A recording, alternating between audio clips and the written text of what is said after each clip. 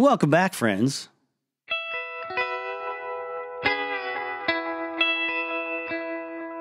To what I've chosen to call a history of rock and roll in film and rock and roll. You may call it what you like. Today's going to be a wacky, hyper-edited one. We're going over the Go-Go's history. We're going over excerpts of me watching the movie Satisfaction with a bunch of friends. And that history will pull from a documentary, a couple of magazine articles, and some excerpts from Belinda Carlisle's autobiography. But first, I will kind of give my thoughts here on the movie Satisfaction. So for every episode of the history of rock and roll and film and rock and roll, I tend to take a different approach to how I'm going to cover the movie or movies in question. And this was the first one that I just recorded my reactions to in real time while they were happening because I could not obtain a copy of the film in question. Now, that might not be the case anymore for a lot of people. That might not be the case in certain countries. I don't know. I looked more recently all over the usual sites, barring, torrenting it. Maybe that is an option for some people. I don't know how many folks are just uploading torrents of this movie in particular, but hey, if you can get it, get it. I definitely loved watching it. I think it is probably my favorite, in my top favorite surprise movies for this series that I've done so far in the last year and a half. It's surprisingly well put together, writing-wise and character-wise. It's very fun. It's also shot through, I think, with a lot of legitimate band experience or good movie portrayals of what it's like to be in a band at the level that these women are at.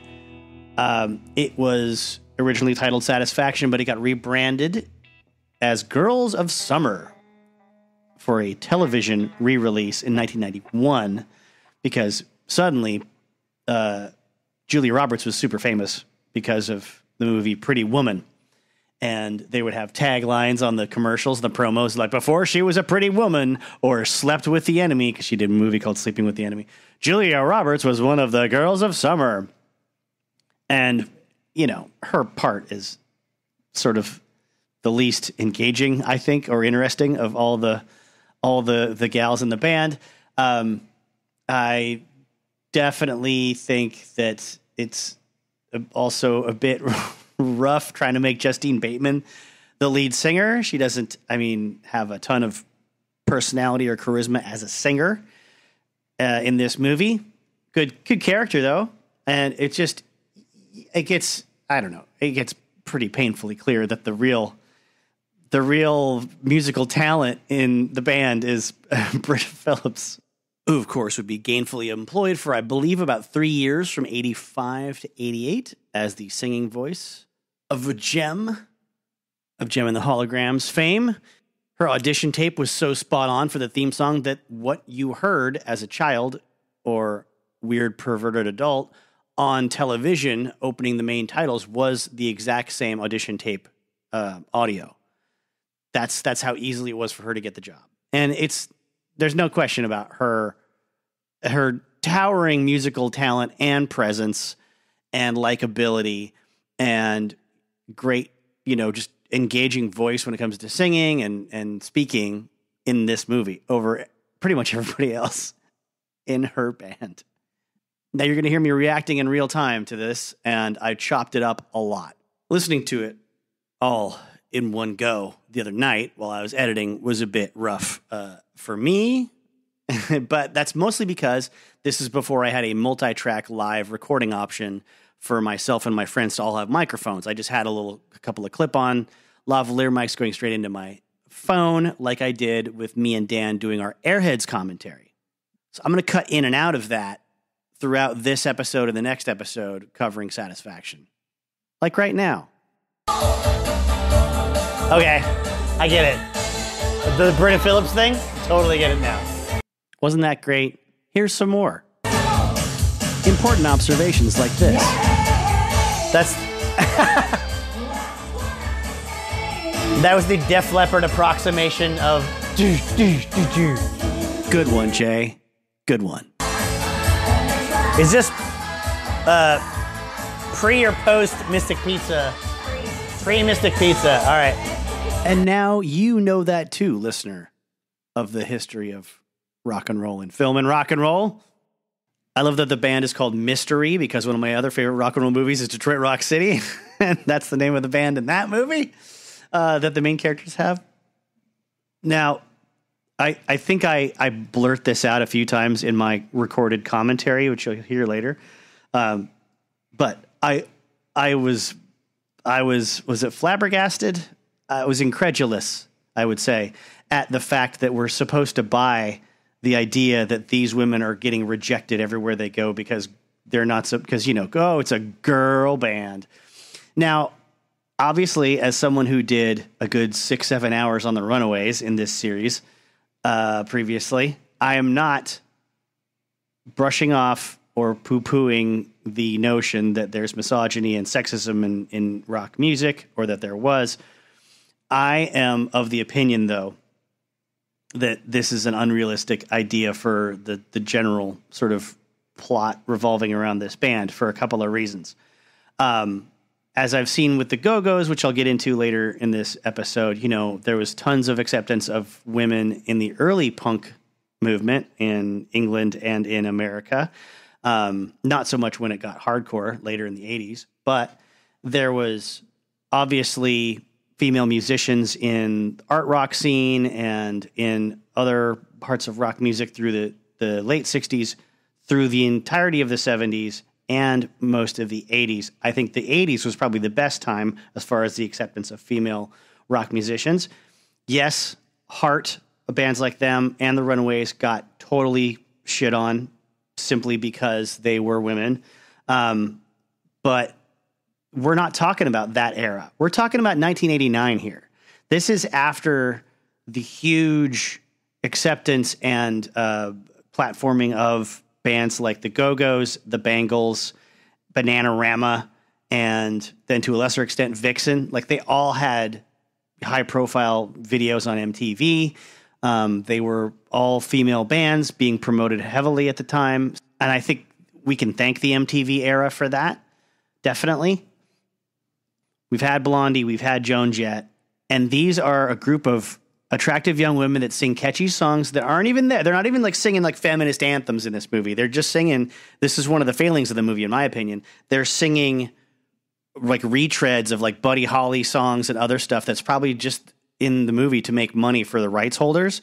And maybe that's how this movie got made. Maybe that's how they secured funding as like a promise to whoever, owned the rights to all the songs they're covering. Because most of the songs they play are covers.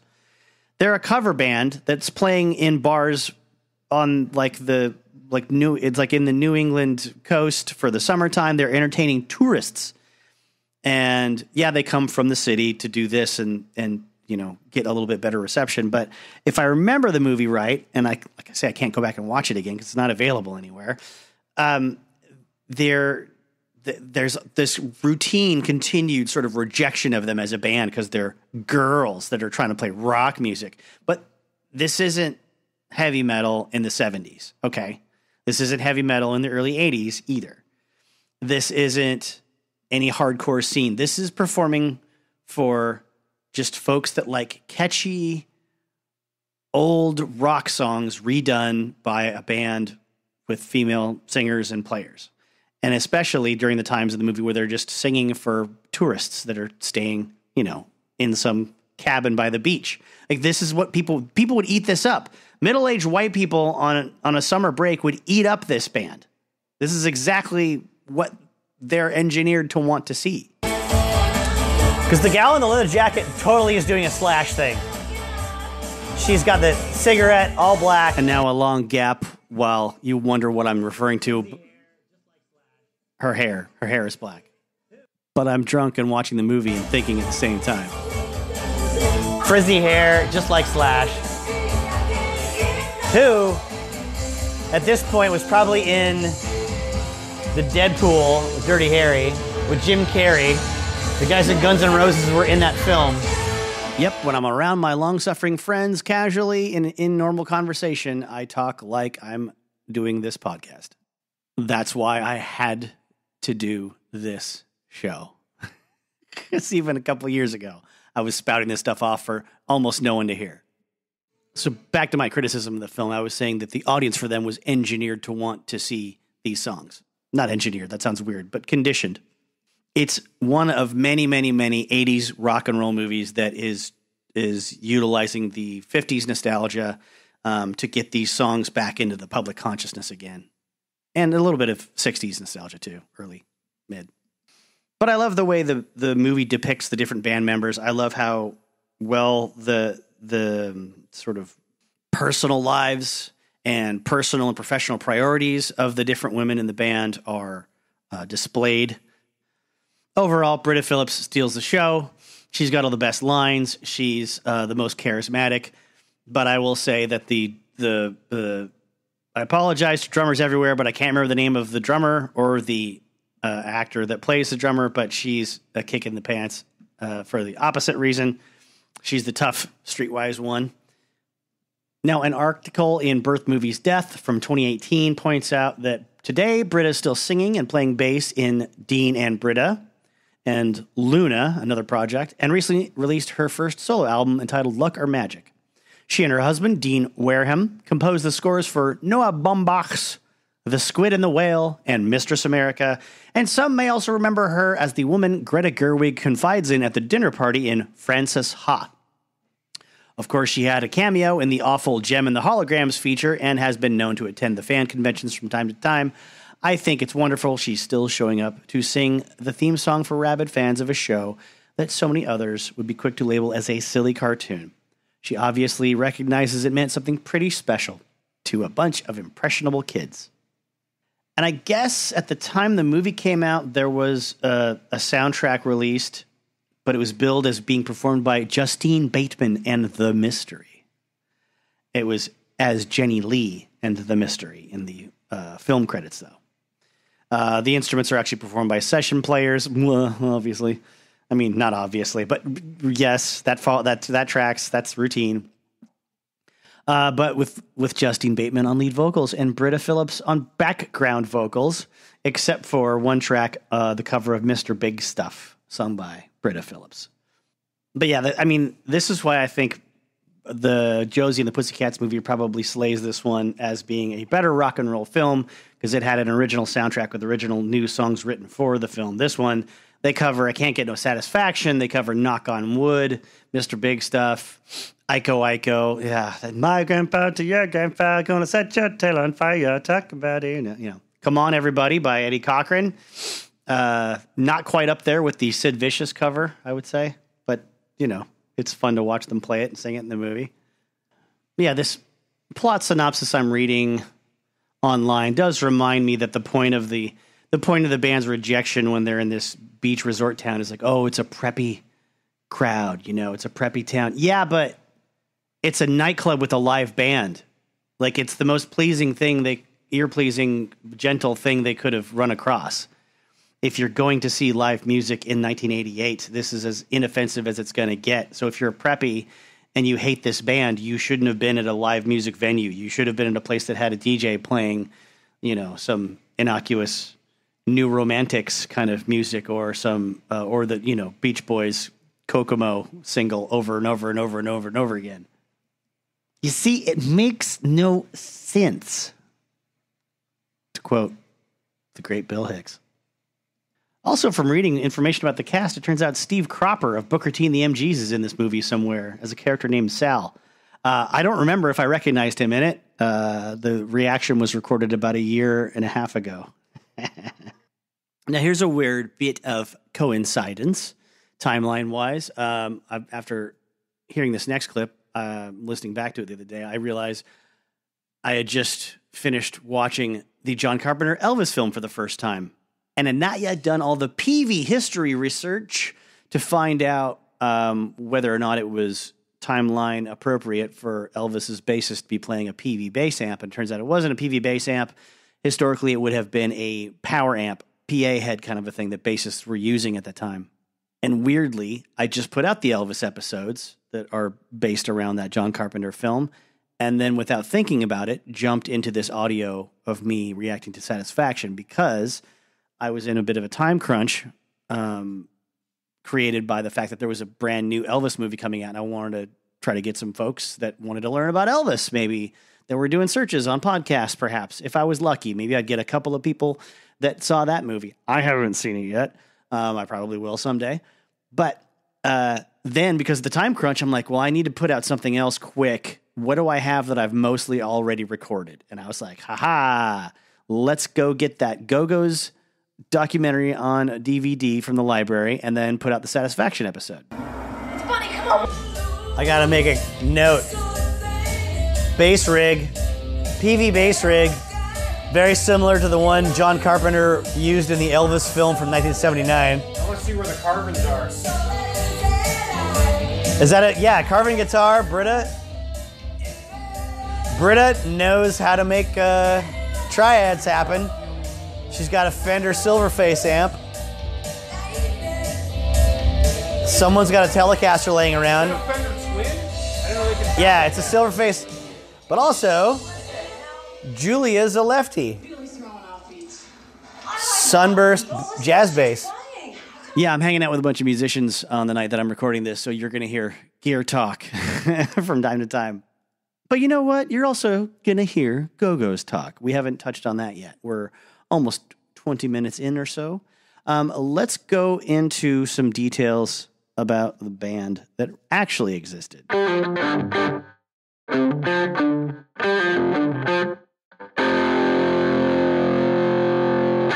Right now, I want to read from Smash It Up, a Toronto punk fanzine from September of 1981. About 10 pages into this 20-page zine, I see a section called Susie News. And Susie News appears to be written by somebody down in Hollywood. So I don't know if Susie is just on a break, on a trip, or has moved to LA, or is coming back to Toronto soon. Who knows? But the it's titled From Paranoia in San Marino, California, or Paramoya. I can't. It's very squish looking letter, and it says under the title, the subtitle, "I'm Susie News, and I'm here to find out what you're doing in a punk bar." Susie starts out talking about being pleased to hear Bo Diddley's going on tour to Canada. So that makes me think that Susie's coming back to Canada soon. Let's see. There's a bunch of mention of the British band The Fall. Some guy from Rough Trade called me today, wants to know if I'll do an interview with them. I said yes, because they're interesting, and it gives me an excuse to get on the guest list and see them and the Flesh Eaters. The latter is the main reason. Shit, they've even given me a free album and shit. Just one of the many benefits of being a media fascist. Do you get free goodies too? Speaking of benefit, we're going to try to have a Paranoia benefit show. I don't know where we're going to have it, but some of the other bands who said they do it are. Now, if you're wondering why I haven't mentioned the Go-Go's yet, because they're not being mentioned in this part. I'm giving you the context of other bands being written about in a black and white hand-assembled punk fanzine in Toronto at the time, when talking about the Hollywood scene. Flesh Eaters, UXA, the Gun Club, and the Circle Jerks. I saw Wendy O. Williams of the Plasmatics today. She was walking around Hollywood. Really sorry about the typing.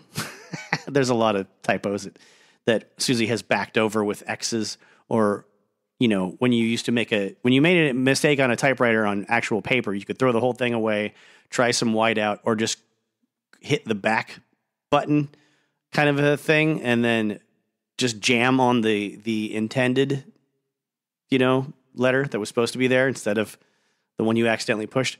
Let's see. In other news, the Starwood Club in Hollywood, which often had good punk bands, closed down. Tough shit.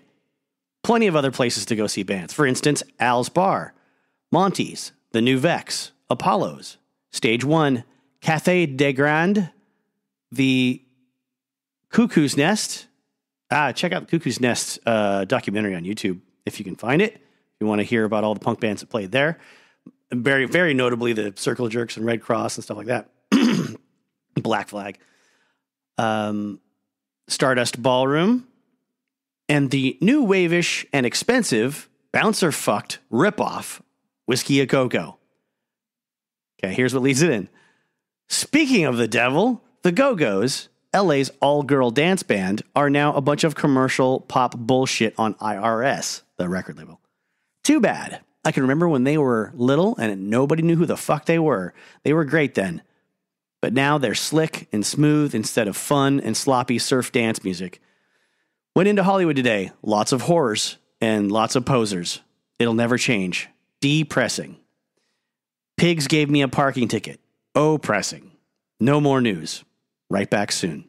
God, she's jacked to the ceiling. I got a right to hear myself. For Christ's sake, how am I going to stay in this steam bucket anyway? My hair is beginning to frizz. Hey, guys, this is our last rehearsal. Let's not blow it, okay? I will say, What the Justine hell is Bateman is Angie? definitely singing and was definitely playing that I cowbell. forgot to tell Yeah. you she quit. What do you mean she quit? I don't know. She said something about rock and roll being the devil's music and people who play it are working for the devil and shit like that. Receptive girl. That's it, man. I mean, the audition's off. Oh, come on, Jenny. We've been another boiling summer playing sticky dives in this dirtbag neighborhood. I think not. No, we finally got a chance to do someone a little class. I say we do it. Daryl, we've got nobody on keyboard. I think not. No, we got some. Yeah. Look, I'll take care of the transportation. Yeah. How? Don't worry about it. I got it covered. I'm gonna postulate this is written by somebody from New Jersey and filmed in Hollywood. Well, let's vote on it. I just want This song, does just seem like one a song, post Bon please. Jovi kind of like, oh, like let's write the story of living on a prayer, but with an all-girl band or something, or Trouble. a lot of guys with some feathered hair. I would say it's like a safer version of the Runaways, but self-made. Right. Yeah. Welcome. Yeah, the Runaways not being taken advantage of by fucking older guys. Now to jump back to the very beginning of the magazine, there's an announcement that says the police picnic, which takes place in the Grove in Oakville tomorrow, should not be mistaken for a Cops Are Tops rally. The name refers to the world's premier British reggae band, The Police, headlining the big outdoor rock event of the summer. Also on the bill are rocker emeritus Iggy Pop, along with the English ska band The Specials, local bar hero Nash the Slash, The Go-Go's, Oingo Boingo, Payolas, and Killing Joke. The gates open at 1 p.m., and the first act starts playing at 3. There's no telling when the Police will actually hit the stage, but it will be during the last part of the show, so better bring your toothbrush and pajamas.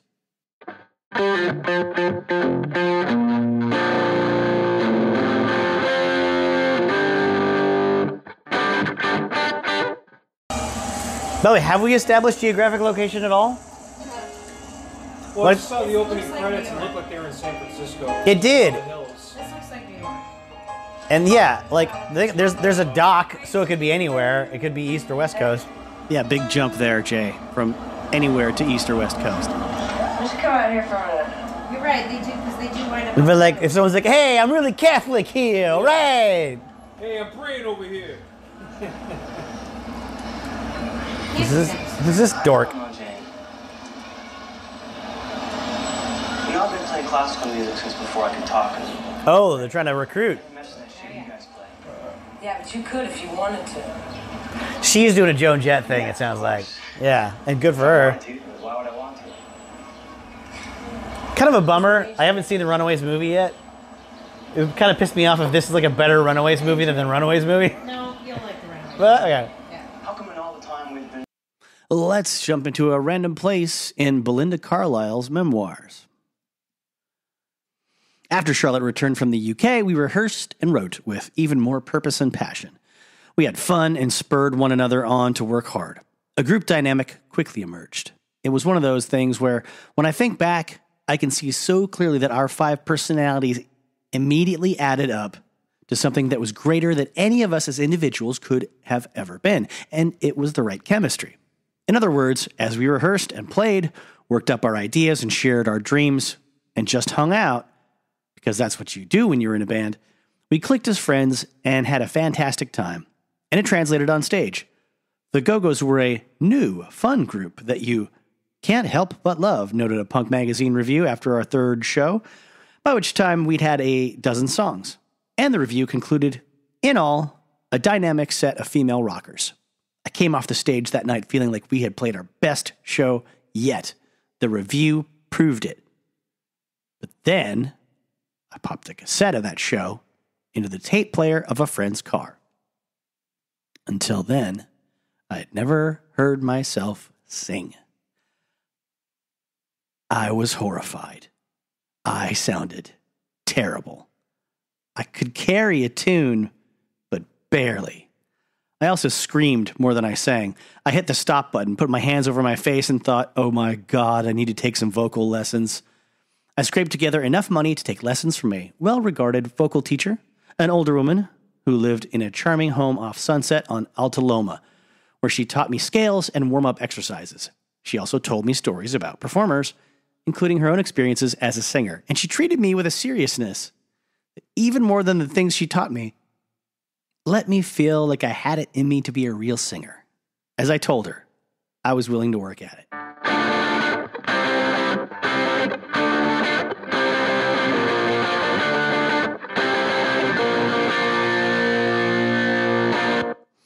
"20 minutes into the Go-Go's doc, the recent one, produced by Showtime. I'm watching on a DVD, so hopefully there's some exciting stuff on disc too.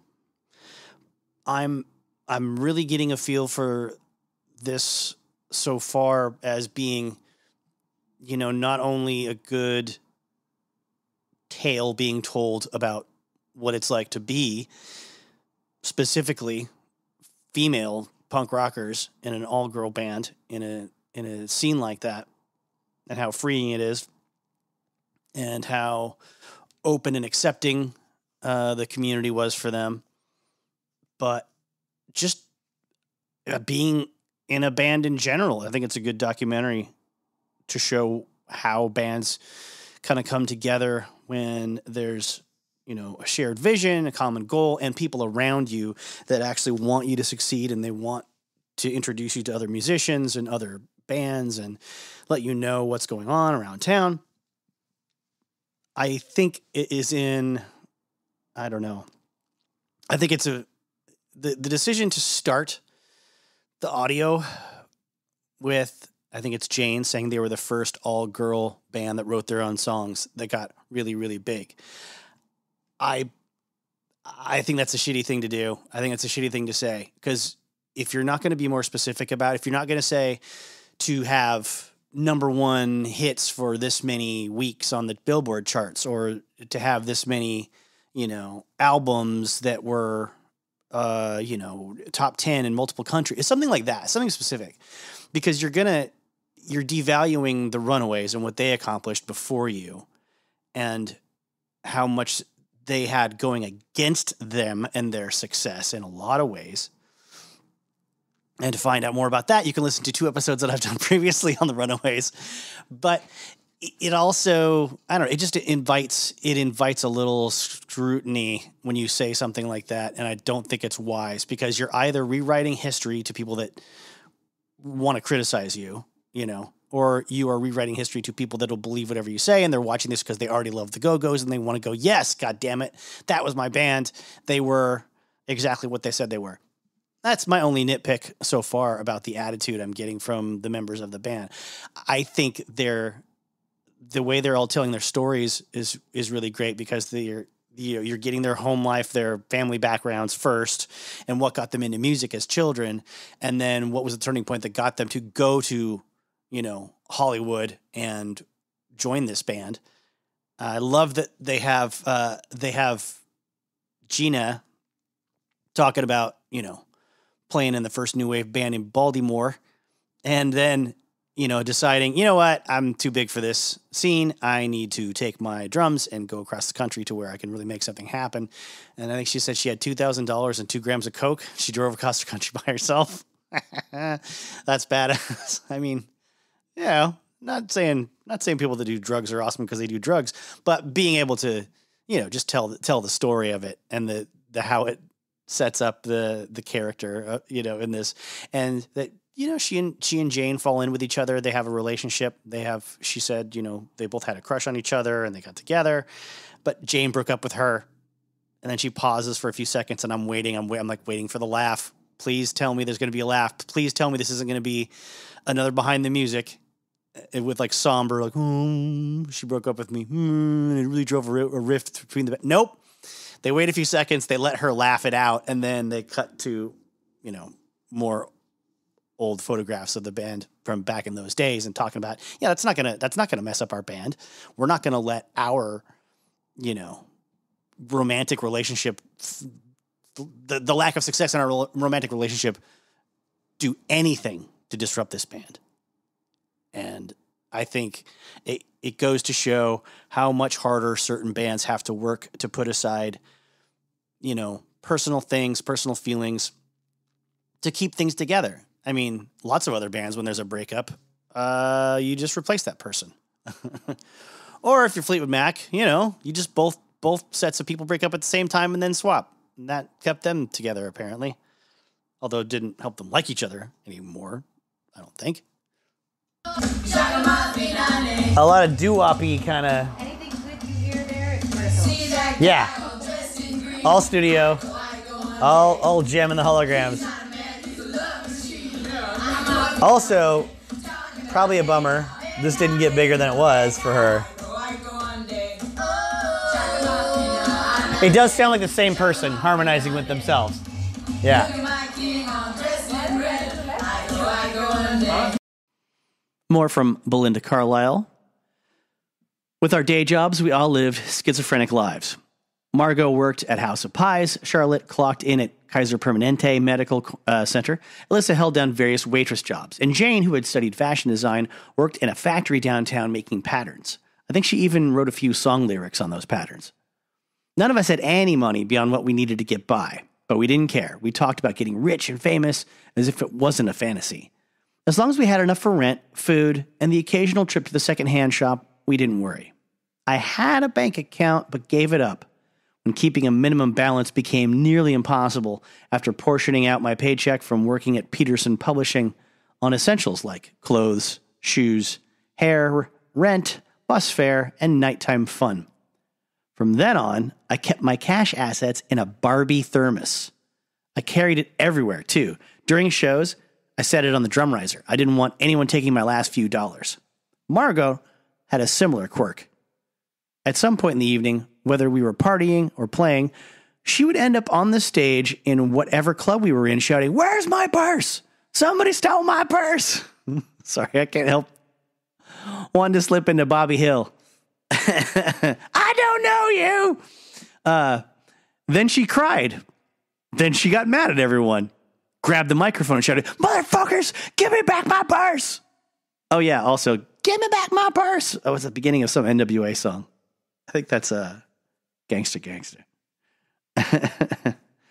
And I'll probably correct myself at some point in this episode if I am pronouncing it Margot when it's Margot. People got so used to it that they rolled their eyes and said, "There she goes again." As far as I know, her purse was never stolen. She was never able to remember where she had put it before she started to party. She always found it, though, and all ended well.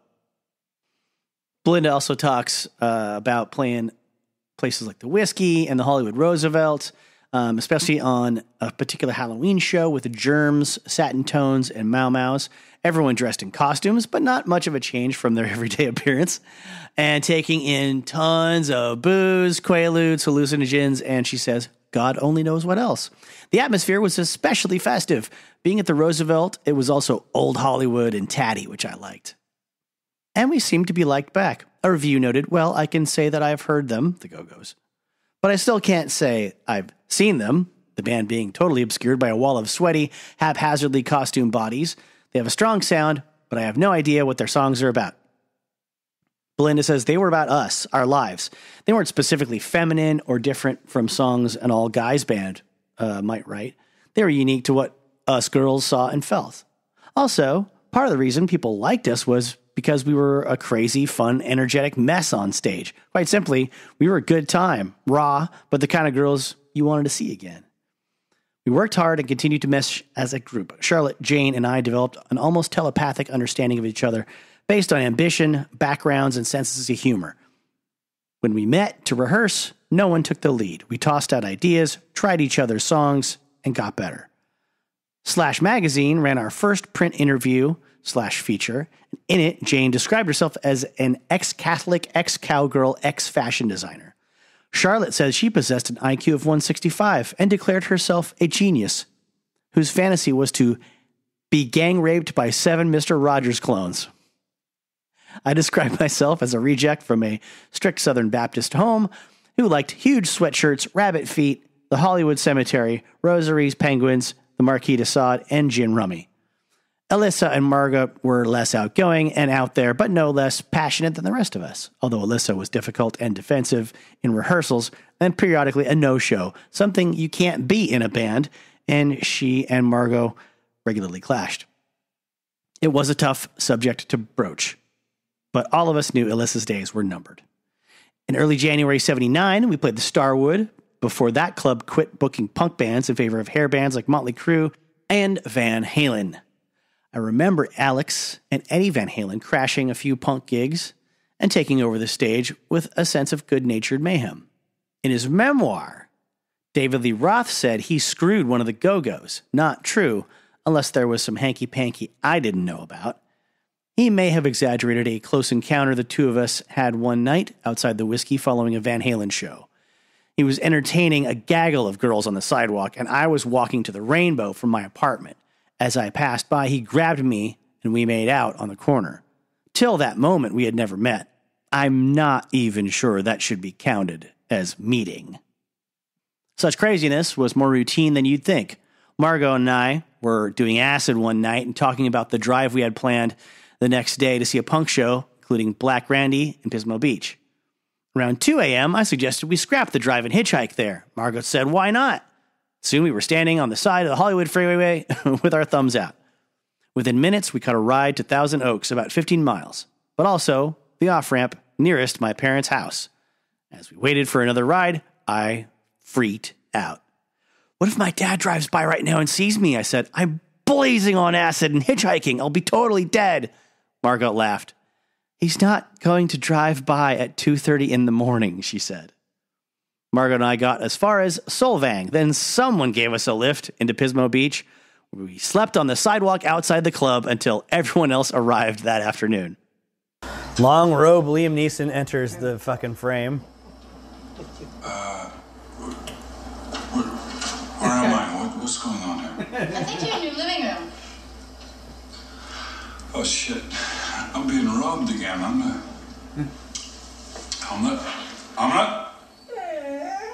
Hey, kill. Go on, kill. Go on, kill. No, he said Chopper, sick 'em boy. But what we heard was Chopper, sick balls.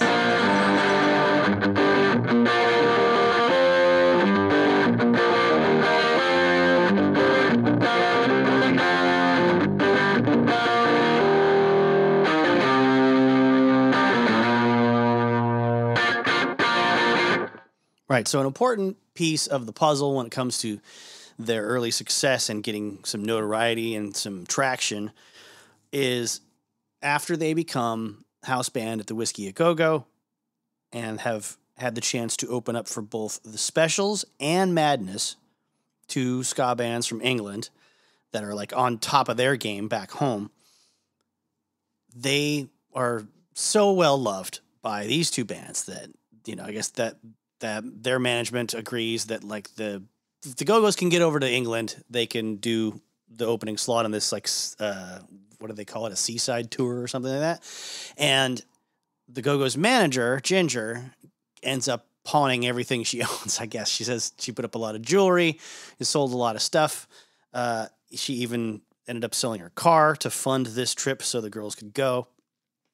And that was what sort of hardens them as a band even more because, you know, the ska crowds in England were not very well predisposed to liking them. As they say in the documentary, they were Americans, they weren't ska, and they were all girls. So the the crowd was just not having it. But they stuck it out, and they proved that they could get through some really bad times. They all end up having relationships with guys where, I mean, not relationships, but, there's little romances on the tour with the guys in both bands, which seems like it would be very cute to behold if you were on that tour. I mean, how convenient is that for the Go-Go's? They're all over there.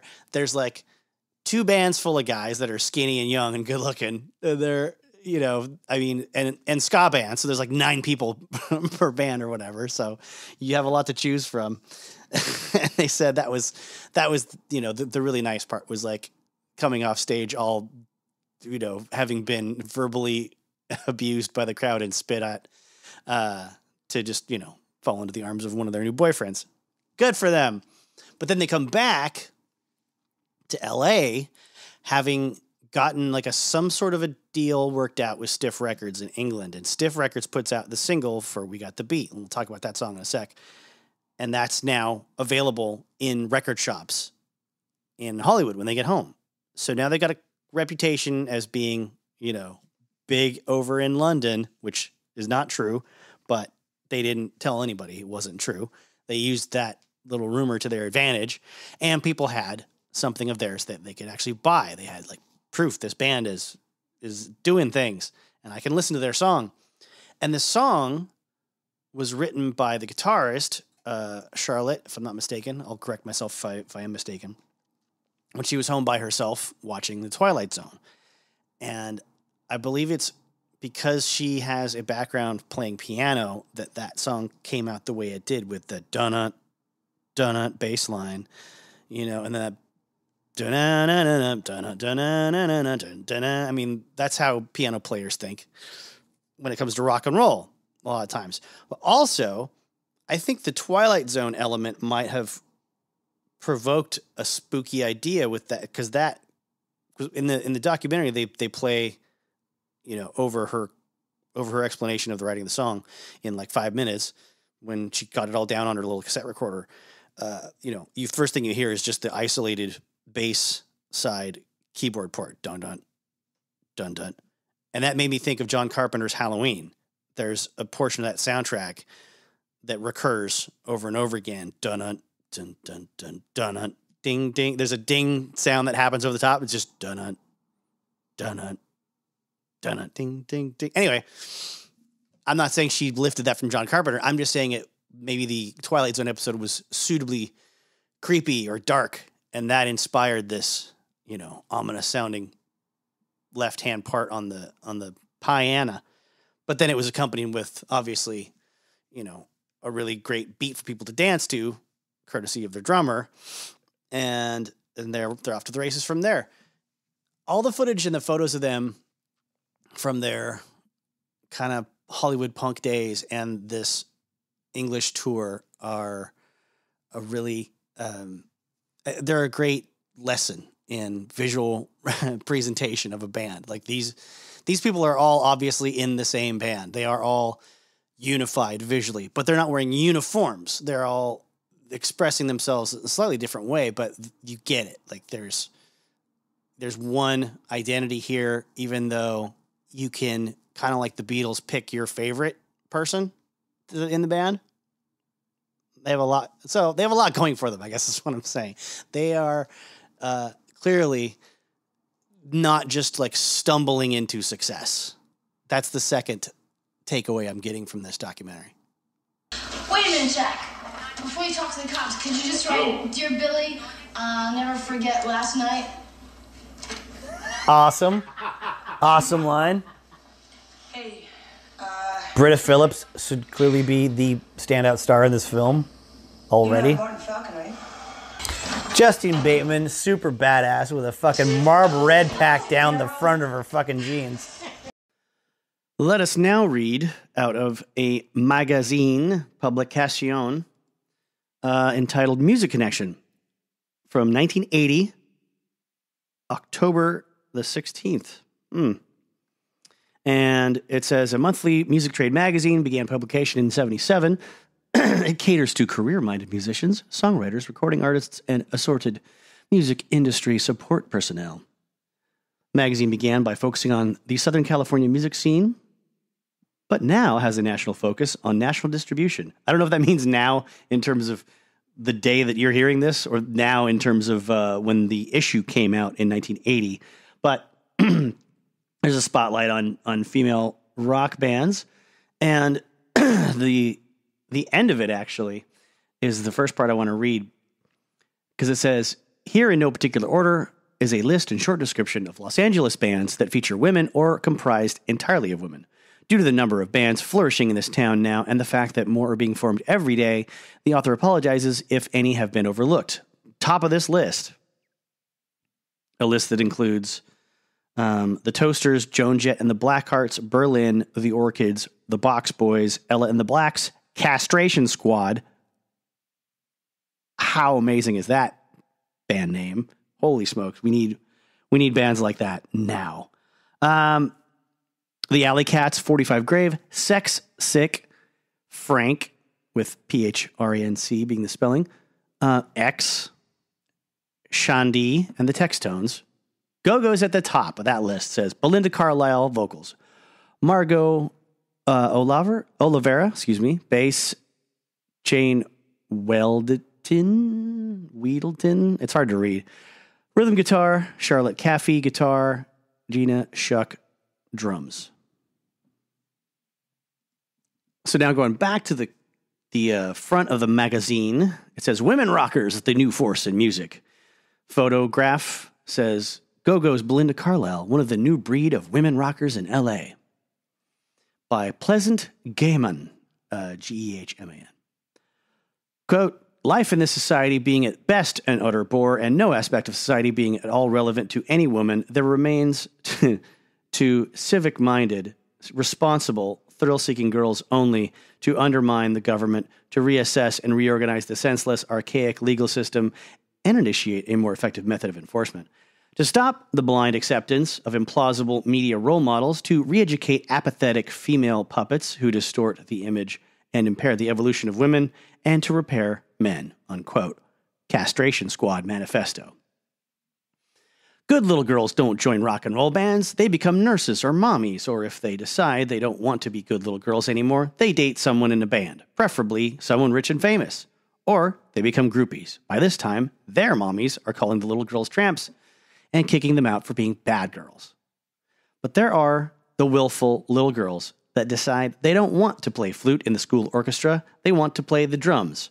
This was fairly unheard of until recently, and almost worse than if the little girl had decided she wanted to go out with a guitar player that had long hair.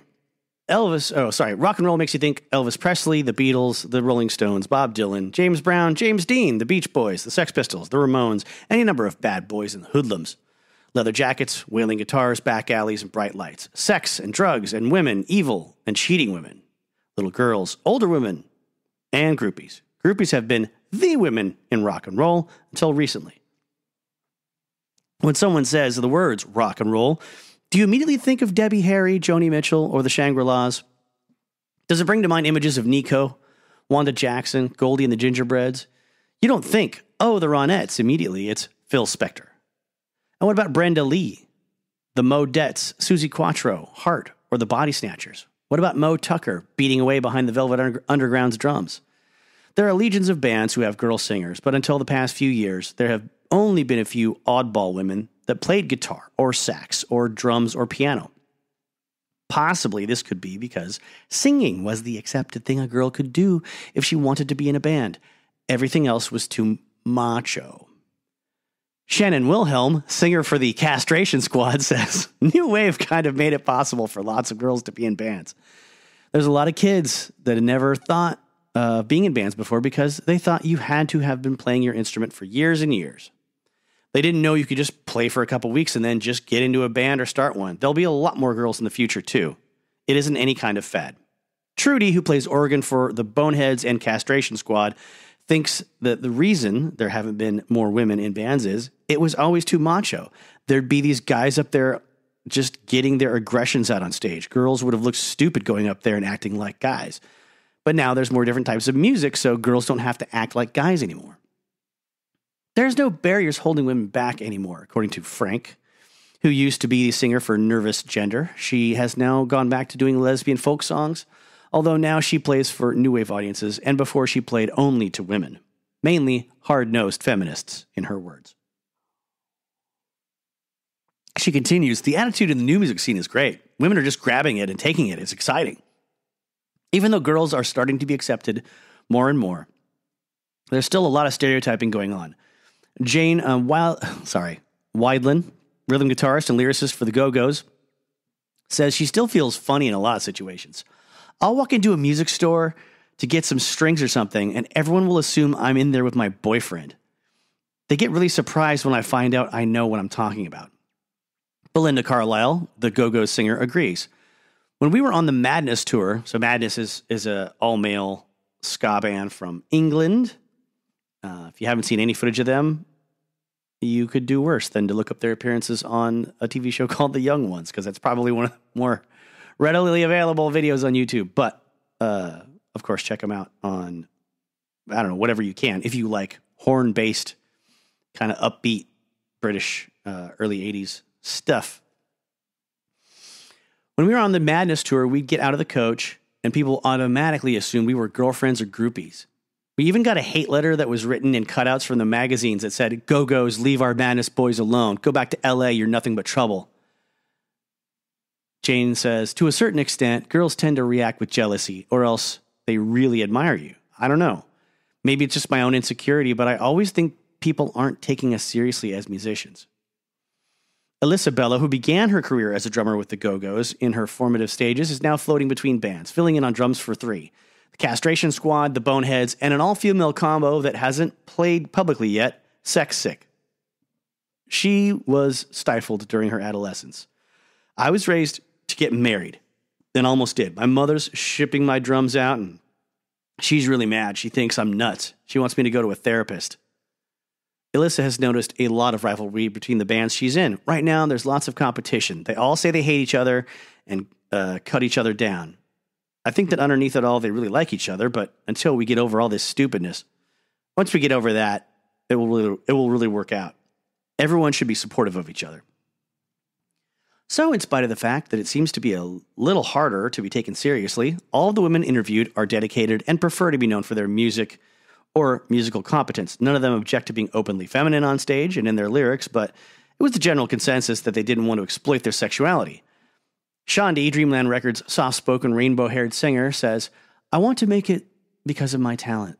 I'm not opposed to being sexual on stage. Women are naturally beautiful and sensual, so when I'm on stage, I just act like myself. So if that's taking advantage of my sexuality to promote myself, okay. But I don't fuck program directors. I'm sure if I did, my career would probably be doing better. I know men who do.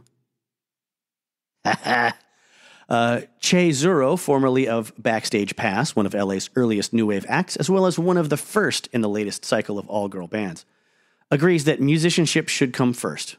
We don't use sex, but we aren't going to hide the fact that we're female and pretty. Some of us are obviously more sexual when we play live, but good songs, performance, and musicianship always come first. Kathy Valentine of the Textones says it doesn't make any difference to her whether her performers she sees are men or women as long as they are good. I was in an all-girl band in England in 1977 called Girls' School. Friends with Motorhead. Great stuff. If you haven't listened to my Motorhead episodes, or mainly one episode, and you've never heard of Girls' School, if you like Motorhead, look up Motorhead Girls' School. Please don't touch. And let's see. They're just starting to get popular now. I think one of the reasons that there haven't been that many famous women is that there haven't been that many really with charismatic personalities like Bowie or Keith Richards. Chrissie Hynde has it. A strong presence. She writes good songs. But now there are so many girls learning how to play and just starting off in bands now that in a few years they'll probably be virtuosos on their instruments. I think there haven't been more women in the past because they thought they'd have to compromise their femininity. Lots of girls aren't sure enough of themselves to do something considered masculine. Kathy and Carla Olson are the leaders of the Textones. They both play guitar and sing, and there are 2 male members in the band, Mark Cuff on drums and David Provost on bass.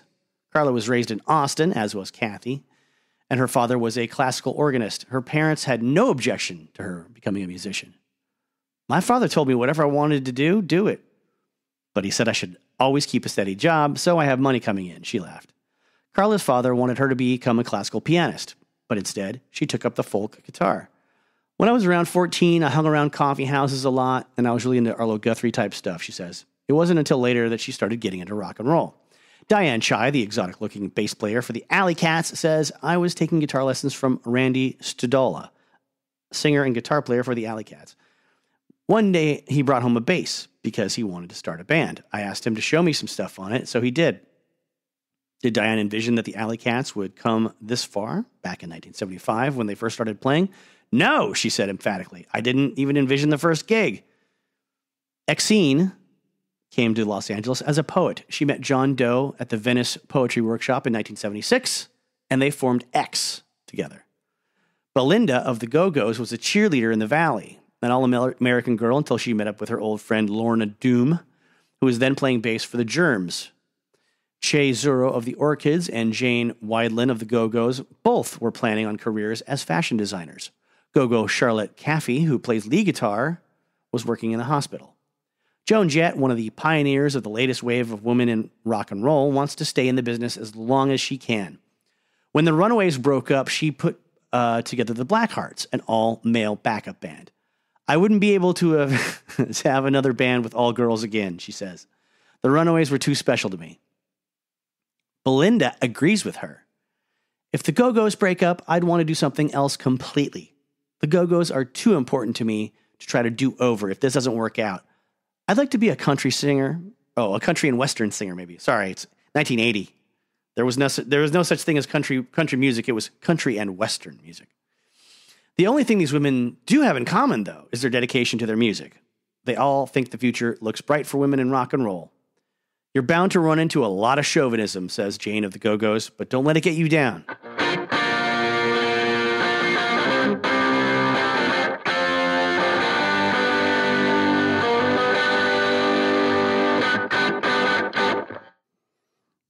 So now when the band's sound starts changing, I'm happy to find out through this documentary that was produced for the band. So who knows how accurate it is or how revisionist it is, but I'm choosing to take the documentary's side of things when it comes to the narrative. I was happy to see that their writing style changed and got popular just because one song at a time. That's what naturally happened. Also was pleasantly surprised at how cool I think the early punk stuff was, especially one that I have to look up that is just written about some music reporter for the LA Times or something like that, just because they didn't like him. I think that's rad, and I like the lyrics that I caught so far, so I'm going to check that out. But, you know, it's Jane's like relationship with one of the guys from, I think it's the Specials, if I'm not mistaken. The Specials are madness. And even though she says he had a fiance when they were hooking up on tour, she didn't really, know what else to do because she liked him and they stayed in touch, and he was writing her letters about wanting to start his own career musically, and he included some lyrics. And they kind of imply in the documentary that that's what led to her writing Our Lips Are Sealed. They leave a gap there in the story because it goes from him sharing his lyrics with her in a letter to her working on music for the song. So I don't know if she just took his words, supposedly with his permission after they recorded it or before they recorded it. I don't know. Or if it inspired her to write all those lyrics herself. I could get up off the couch and go look at that up on Wikipedia, but I'm too lazy because I want to just keep this going and keep the energy. Because if I get off on another tangent, research tangents for me are dangerous. I get lost on the internet for large periods of time, and then I end up coming up with a whole different podcast episode to write. So I'm trying to stay focused here. But then it sort of segues into the conversation with Margot about not wanting to be a pop band. which is valid. You started out doing one thing and now the band's doing something else. Well, that's not what you got into this for. So fucking see your way out is my feeling personally. I think it's sort of incumbent on anyone that's in a band that's changing their style to just decide, well, then am I in this for this or am I not in this for what the band wants to do?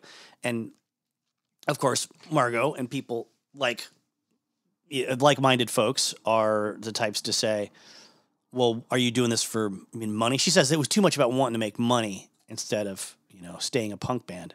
And it's like, you can't, unless you're a trust fund kid, you can't focus on art forever and not make any money at it. I mean, that's always been the reality that I've seen. That's rich kids get to do that. Poor kids get by too. Plenty of punk bands got by for a certain period of time, but it was a volatile thing. I mean, some of the best punk bands I've ever heard only made one album and broke up, and it was a good thing they did because they didn't start to suck. Anyway, these are my musings and ramblings, but it's my show, so I guess I get to do that, whether you like it or not. The nice thing, though, is that fate sort of steps in, and Margot gets sick before a big New Year's Eve show at the Whiskey A Go-Go, so they have to find somebody else anyways to play that. Can't see where this is going. I don't know if I could draw you a better map, but this is where Kathy comes in, and she gets a tape of one of their rehearsals to learn all the bass parts off of, even though she doesn't actually have a bass. She has to borrow one from somebody without telling the band that she's not really an experienced bass player at all.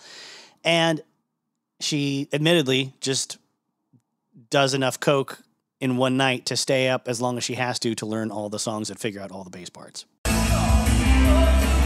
Sounds like a bunch of guys singing We Got the Beat. You saying you already made up your mind? Yeah, I've made up my mind. That's what I'm saying. Sorry. Yeah, whoa. We're better than these guys, right? We've come a long way. We deserve a shout out there. There's no fucking market for a bunch of beautiful young women all singing good, well-constructed songs professionally in this man's world. I don't really care, man. We came here for my audition. All men want to listen to is other men singing about men stuff. Another crew trying out for resident ice band. A group of 10 minutes. Well, we're just going to play the Flight of Icarus and get out of here. Yeah. Would you please welcome Mystery.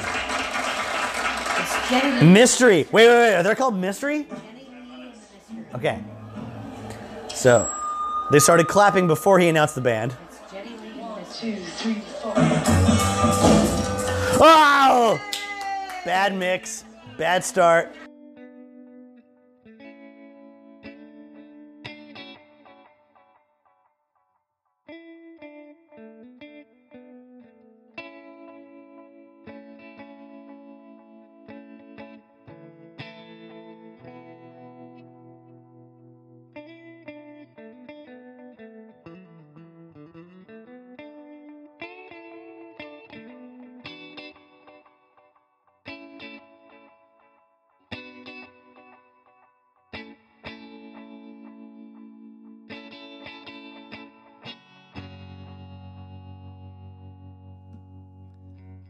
So when they speak to Margot in the documentary, she actually uses the word betrayal about getting let go from the band.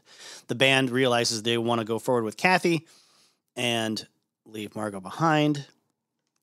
They tell Ginger, the manager, to give her the news because they don't want to do it, which is, you're right, if you're paying a manager. That's what they do. But it's presented like, oh, it was so underhanded of them. But they were, they didn't want to do it. It's their friend. They felt bad. But so, okay. I mean, I understand that if you're Margot, that it feels wrong to be fired by a manager and not, but I don't know. There's no good way to do that stuff. Was it better to have you come to practice and let you go, to have like 4 people staring at you and telling you have to go, and then have that uncomfortable bartering sort of session or argument? It has to be done. It happens to all bands, and You should know that if you're a musician, that if you're going to be the one musician in the group that's like, I don't want to do the things we've been doing. I want you guys all to do things the way I want to do them musically. The future doesn't look good for you in that band. Sorry. Tough shit. Because the band is writing new material that they like. They didn't get pressured into, or they did not choose to take on a song written by someone else that someone told them was going to be a number one hit if they would just sell out and change their style. That's what annoys me about, Margot's side being presented as she's like, the Ginger called me up and said, they've decided you're out of the band, and that was it. And it's like, yeah, that's it. What else is there? The band's not going to play with you anymore. It's special because you're young and you're all women and you're all working together. And Margot was a big part of, some of the early drive and success, but not as much as their drummer, who they had to let go of their previous drummer, to get better, to get the drummer that had driven from Baltimore by herself, the motivated one, the one that had better time and helped them and forced them to practice every day instead of just like once or twice a week. So, it always blows my mind that a lot of these people that end up with these sob stories about being kicked out of a band before they get famous, those people are usually the most miserable ones in the band. And she clearly was, by her own admission, not happy in the band anyway at that point. It's unbelievable to me that you would be knocking on the door of 60 years old or whatever she is now, and to be speaking so seriously and so morosely about being betrayed. Like, no one turned anyone against anybody. That's what's fascinating to me, is like, it's not like someone in the go-go, like Jane was like spreading lies to everyone else about Margot, or Belinda, was confrontational with her. That happens in most other bands. Usually good Lord, if you want to get into, well, you don't, but get into how poorly the guys in Faith No More treated each other. Jesus Christ.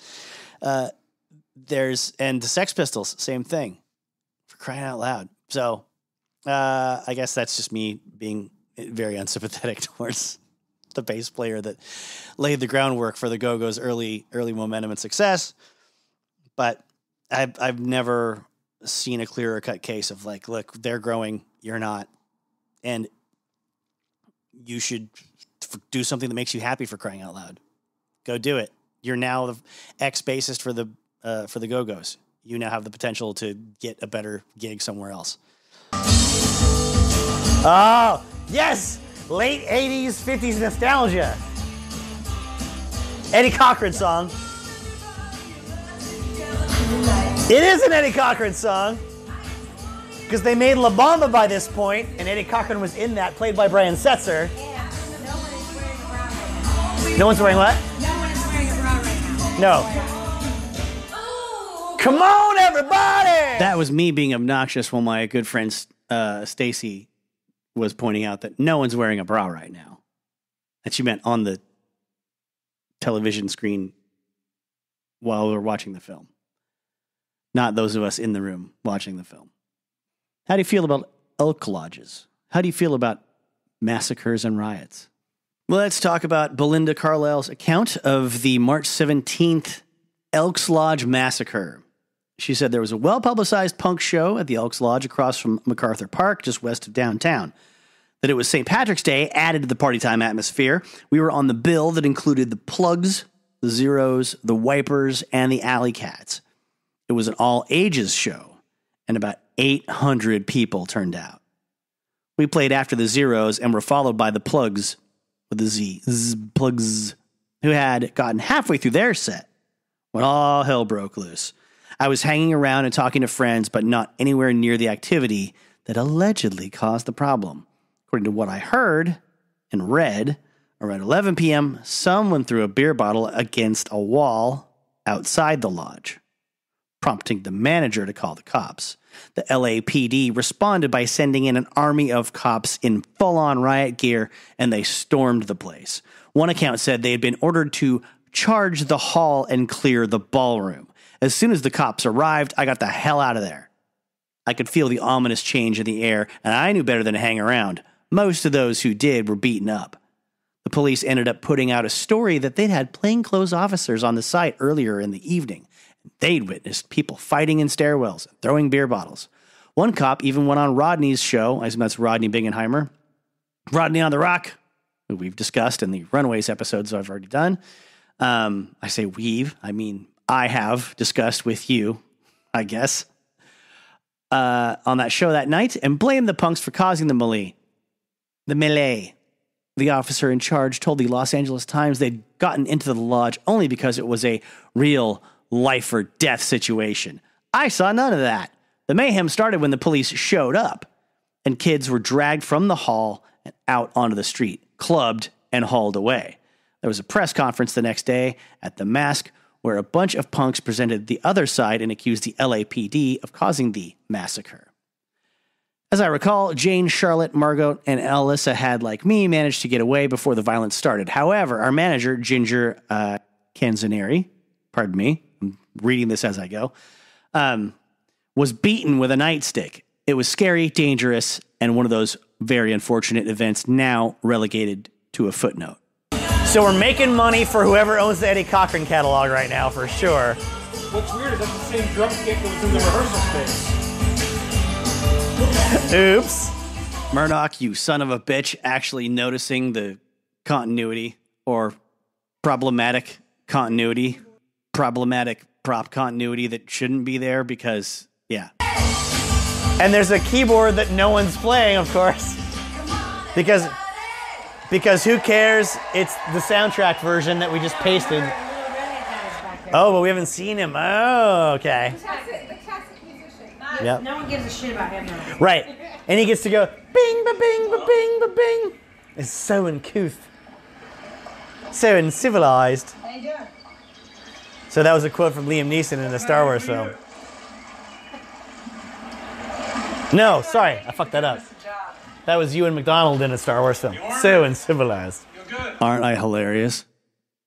I certainly think so. Fucking boat guys. Boat guys with billowy shirts are the enemy of rock and roll. Put that on a t-shirt. You know, I've heard of you. Well, Johnny Lee, let me tell you something about Oh, here we go. my life is my business. Here's the I'm a fucking... very private person, and I keep to myself, okay? Here's the old gunslinger story. I don't do that kind of thing anymore. To do the same.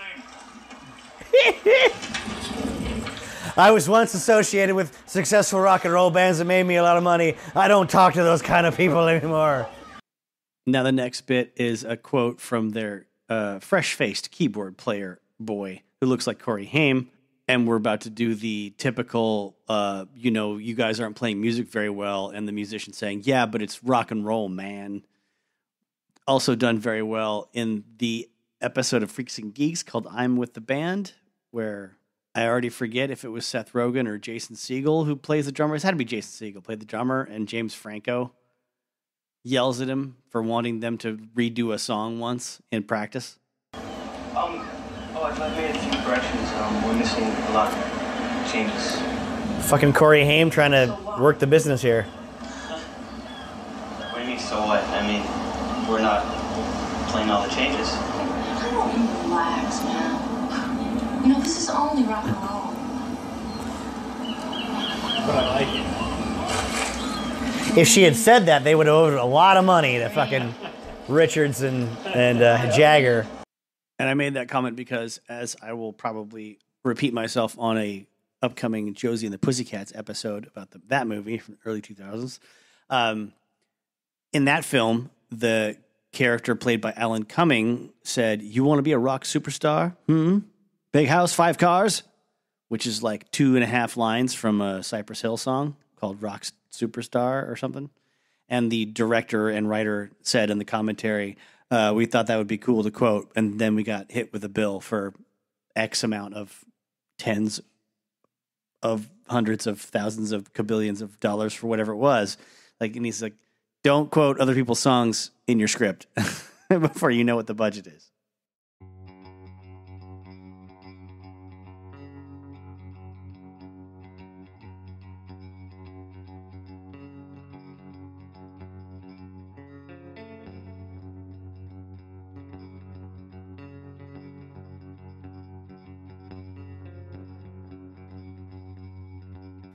Let's supplement with more footnotes. This is from Going Underground, American Punk, 1979 to 1989, by George Horchala. And he writes, the Go-Go's got their start in the Hollywood punk scene. While they always had a pop bent, they were much more of a garage band in 1978 and were singing angry songs about overthrowing the government and living at the Canterbury, the infamous seedy apartment complex that became home to much of the LA punk scene in 1978 and was conveniently located a block away from The Mask, M-A-S-Q-E, Q-U-E.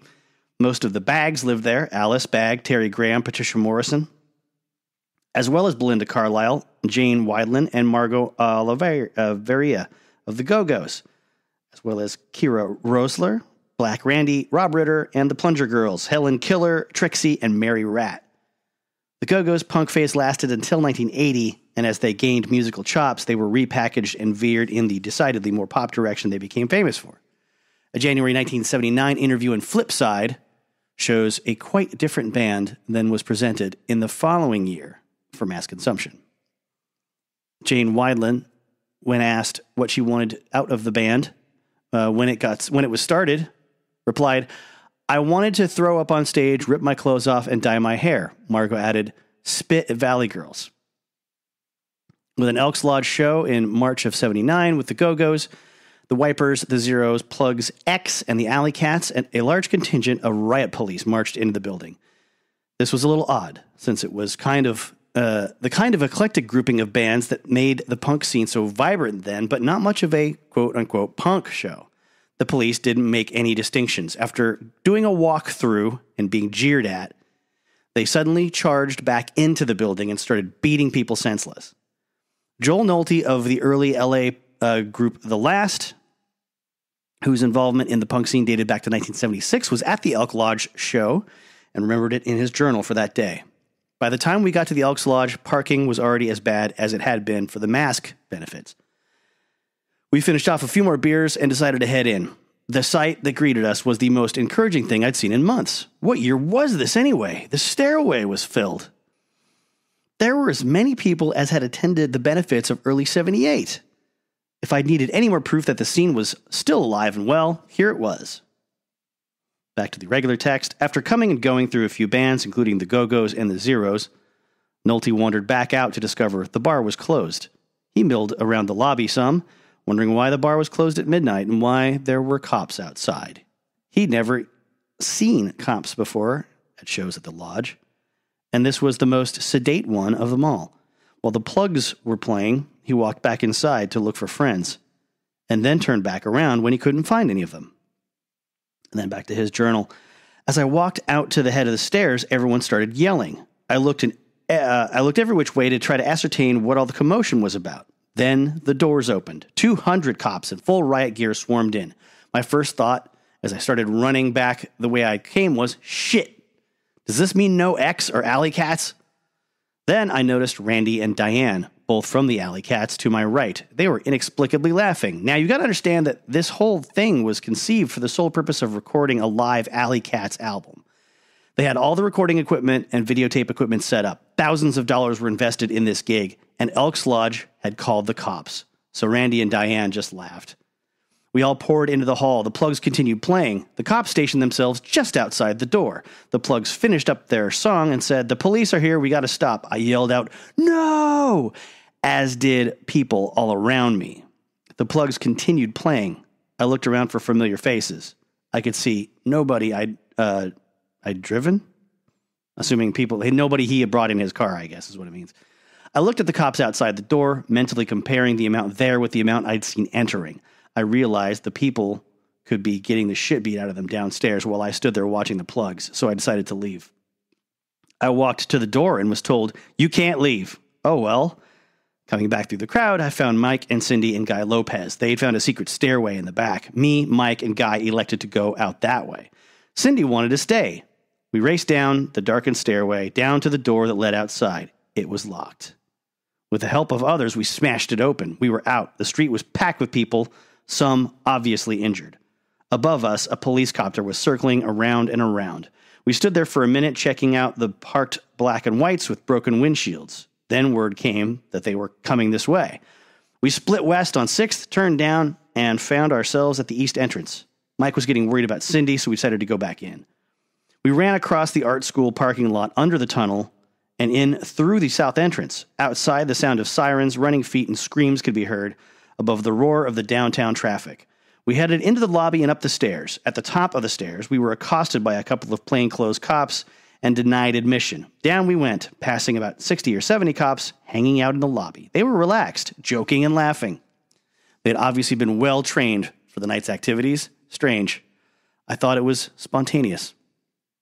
Outside on Parkview, we saw the 6th Street intersection had been blockaded off. Everywhere we looked, kids were being hassled, billy clubbed, told to get out, all while upstairs, many people were trapped in a hall, unable to leave. Kids were screaming, "Nazis!"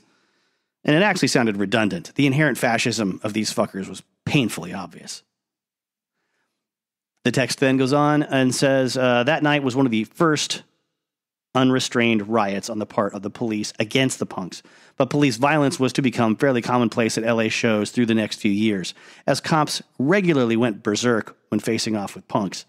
The show was a pivotal point in Los Angeles punk history, as 1979 would see the development of a punk underground that realized that a do-it-yourself approach was the way to ensure greater freedom. Now to that, I want to add a couple of more eyewitness accounts from chapter 23 of We Got the Neutron Bomb, The Untold Story of LA Punk. Jane Weidland says, there was no riot. The cops just came in slamming. They just started beating everybody up. And then Charlotte Caffey says, the Go-Go's played the big Elks Lodge show on St. Patrick's Day at MacArthur Park. After us, the Plugs played, and that was when the cops came in and tore the place up. All right. And I was holding, too. I had drugs on me, and now the riot squad comes storming in. I was flipping out. I was so scared. That was a frightening night. Keith Morris from Black Flag, as well as Circle Jerks, says, I looked outside and saw all these battling SWAT pigs, otherwise known as the Special SS branch of the LAPD.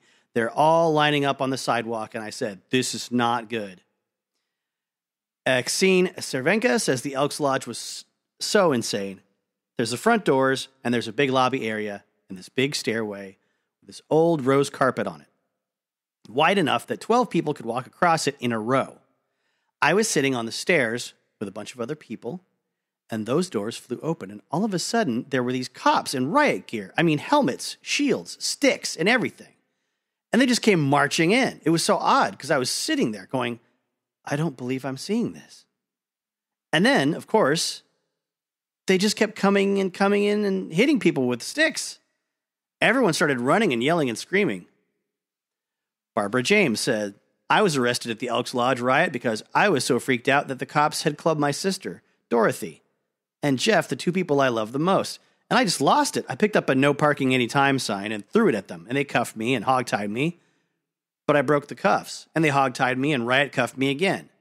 John Doe bailed me out from Sybil Brand because my dad wouldn't do it. He hung up on me. So I was locked up there for 3 days. Dad said whatever mess I'd gotten myself into, I'd have to get myself out. The cops beat me up, and I was in the infirmary for 3 days. We never sued the LAPD like Rodney King or anything because we didn't know how. We didn't think that we could. Our parents were not really supportive that way. They never helped us figure out how to do something like that. It was so overwhelming. They thought it was just easier to put it behind them. I still don't understand what happened. It was X and the Go-Go's headlining. It wasn't like a bunch of those hardcore, super aggressive guy bands that came later and made everyone want to fight.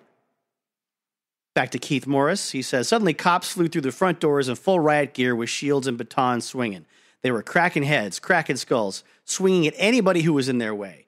3 or 4 dozen people got hurt, half a dozen seriously. I ended up hiding in the men's room. All of a sudden, this guy, Donnie Rose, comes flying through the door, bleeding from the head, and he said, just stay where you are. It was really ugly, really out of hand. Margot Oliveira from the Go-Go's says, we all went outside and watched these police choppers flying overhead. We were so used to this lifestyle and knowing it as so non-threatening because it was such an isolated small community.